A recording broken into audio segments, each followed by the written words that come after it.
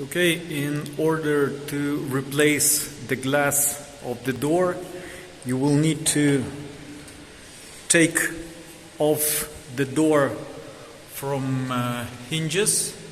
Just disconnect the door closer lever, open the door 90 degrees and raise it up from hinges. Then you will have to lay it flat on some flat surface, then take off the plastic corks covers, and there you will find the hex or Torx bolts. In general, 6 bolts, 3 on the top and 3 on the bottom. When you will release them, you will, not 3 on the bottom but 6 on the bottom, in general 9.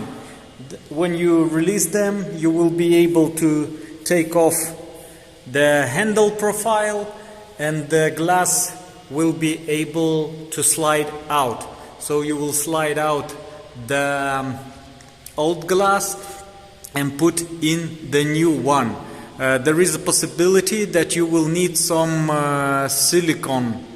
Just lightly apply it on the perimeter of the glass before sliding it in, and that's all. After that, put the handle profile back and put all the screws back and put the door back on the hinge, and that's all.